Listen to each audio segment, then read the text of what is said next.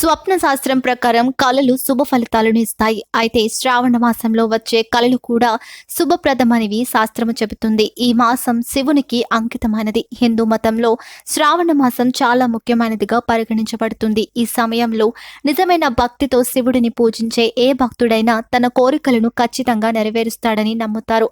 అదే సమయంలో భక్తులు శ్రావణ మాసంలో శివునికి సంబంధించిన కళలను చూస్తే అది వారికి శుభ ఫలితాలను కూడా ఇస్తుంది. నంది స్వరూపం శివుని వాహనమైన నంది మహారాజ్ కలలో కనిపిస్తే అంతా శుభం జరుగుతుందని శాస్త్రం చెబుతుంది. నల్లని శివలింగ స్వరూపం స్వప్న శాస్త్ర ప్రకారం శ్రావణ మాసంలో కలలో శివుని నల్లని శివలింగాన్ని చూస్తే అది భగవంతుని నిజమైన పూజా ఫలితమని అర్థం.